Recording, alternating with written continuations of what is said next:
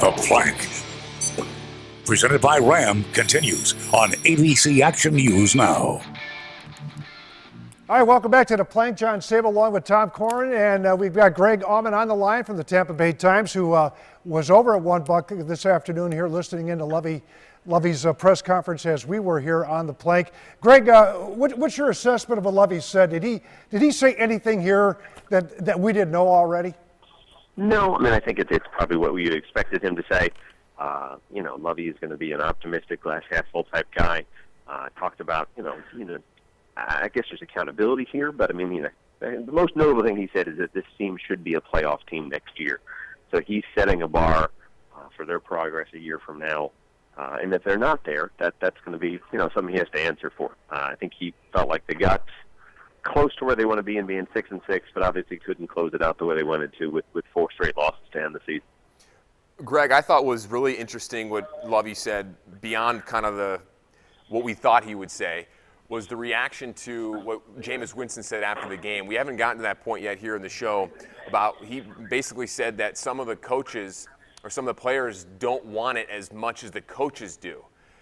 Basically, maybe that might have ruffled some of the feathers in some of the locker room, pointing out some of the guys that they need to put more effort on the field and off the field and everything. And Lovey, from what he said there, completely agrees, saying Winston needs to be more vocal, and that's what leaders does and do. And it was a great point to say that. I expected Lovey to say that, but what was your reaction to that comment following up with Winston's? Yeah, no, I was impressed you said that. I mean, again, I think they were hesitant early on to throw too much in terms of leadership and guidance from a 21-year-old rookie in Jameis Winston. But, I mean, Jameis Winston is used to winning. He's from winning programs, lost one game in college, so it makes sense that he wants to bring that mentality to this locker room.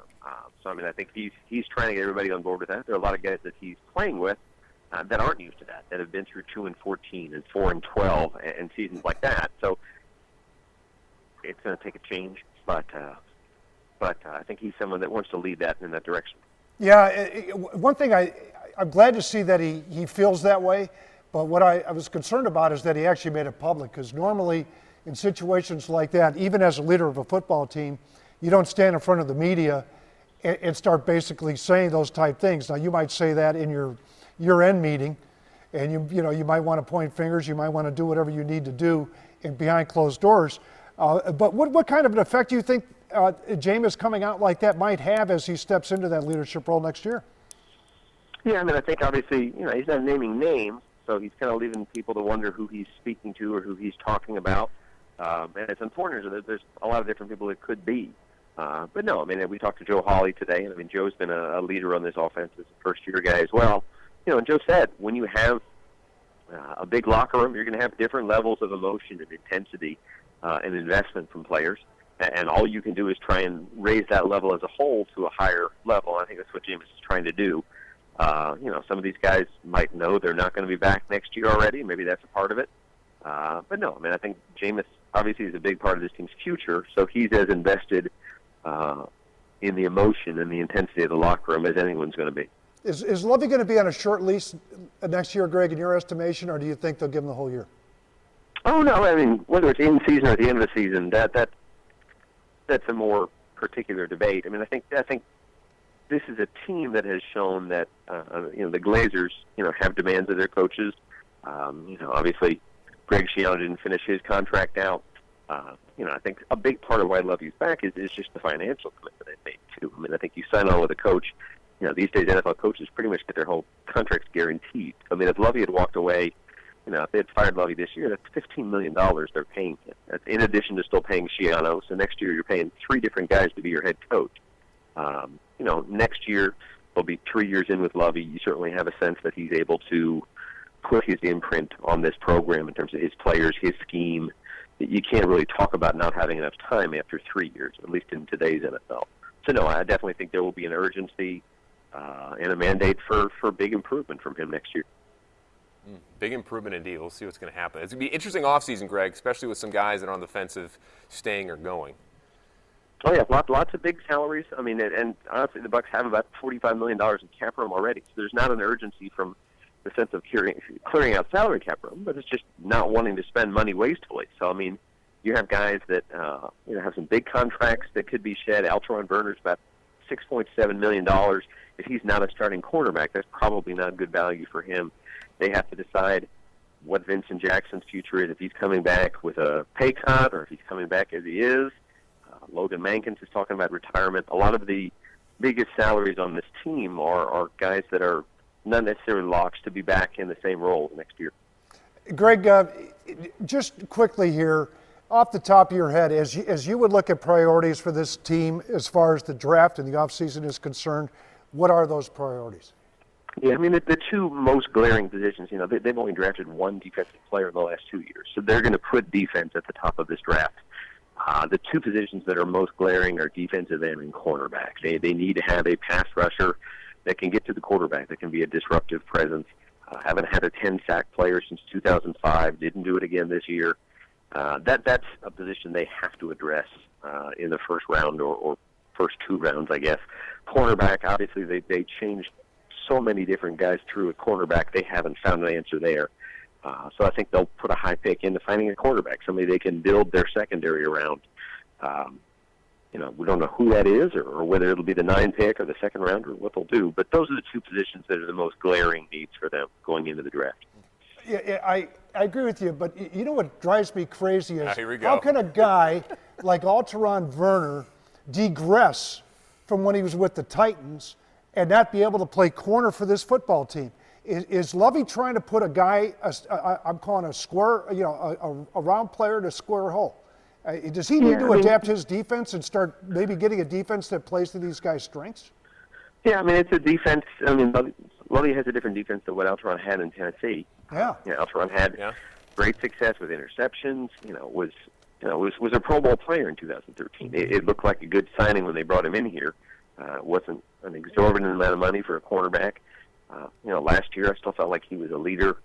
Didn't have the plays, the big splash plays. But this year, again, fell out of favor at corner, was on the bench, went to nickel. All he really did at nickel was have killer penalties to negate takeaways in two big losses with the Colts, and then I guess it was the Saints was the second one. So no, he struggled with it. Again, Alteron is a good guy in the locker room, has played at a high level, but he's not playing at a high level right now. So at the salary he's due to make, close to $7 million, it doesn't seem likely they would bring him back. Yeah, he looks like he may be a guy on the outside looking in for sure. I thought you were going to go the receiver route with Greg there. Well, Greg, we'll have time to talk more about that later. It kind of throws something out, a little bone for us to chew on later on down the road. But Greg, thanks a lot for joining us here on The Plank this year, and we'll look forward to it again next year. And who knows, maybe we'll do some more here during the offseason. Appreciate it. All right, thanks, Greg. All right, there's Greg Auman for the Tampa Bay Times, who is on it with the Buccaneers, as we all are. We have Ola on the phone, right? Is that right? Yes, I think we do. Ola, where are you calling from? Where are you? I'm calling from Tampa girl. Hello. Longtime Buccaneers fan, longtime listener, first-time caller. That's awesome. What's your question? Well, I know we've been having some really hard-hitting questions, but I think that this one's really going to throw you for a loop. I've been wondering it for a long time, and so tell me who your pick is for the most eligible bachelor of the Buccaneers. Oh, see now, Tom, you've been doing some big-time stats on this. Is the whole stats right here are all on that. So, Tom, I'll leave that question for you. Who is the most eligible bachelor? Okay, I'm going to have to ask you for criteria. Okay. All right?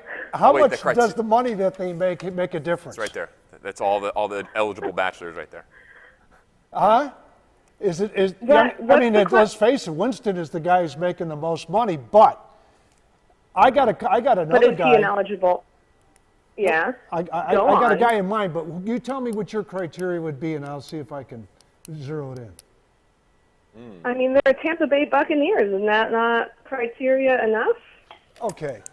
Wow. All right, Tom. You know who my guy is? Who? He's an Ivy League player. Okay. He's a tight end for the Tampa Bay Buccaneers. Does Ivy League? Cameron Brate. Cameron Brate would be my guy.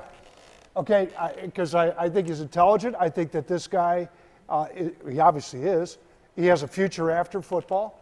He's not going to make the kind of money that the quarterbacks make, and he may not make, and he may be out of the league in 2 years. And you know what? If Cameron Braid isn't your guy, you maybe go downtown Tampa to the Amalie Arena, another Ivy Leaguer, plays for the Lightning. Alex Killorn, Harvard guy. We could do that. You could do that. We could do that. But we got to figure out somebody else from the Bucs. That's my guy. Who would you take? I think Cameron Braid's a great guy, yeah. Okay. That's all I got to say there. Yeah. Wow. Great guy to interview, by the way. You talk about something come way out of left field. You had no idea it was coming. Pulled it in, though, Good thing I had the stats right here for you. Yeah, it's perfect. Yeah. Yeah, what you got here? Yeah. He makes this, and he doesn't have a girlfriend. List of hobbies and interests. You wouldn't be surprised what we got here. And we're going to come back with a lot more of this stuff. Long walks and on the by the beach. way, somebody's got to walk the plank, though. Yes, someone is from yesterday's I bad guess loss. who that might be.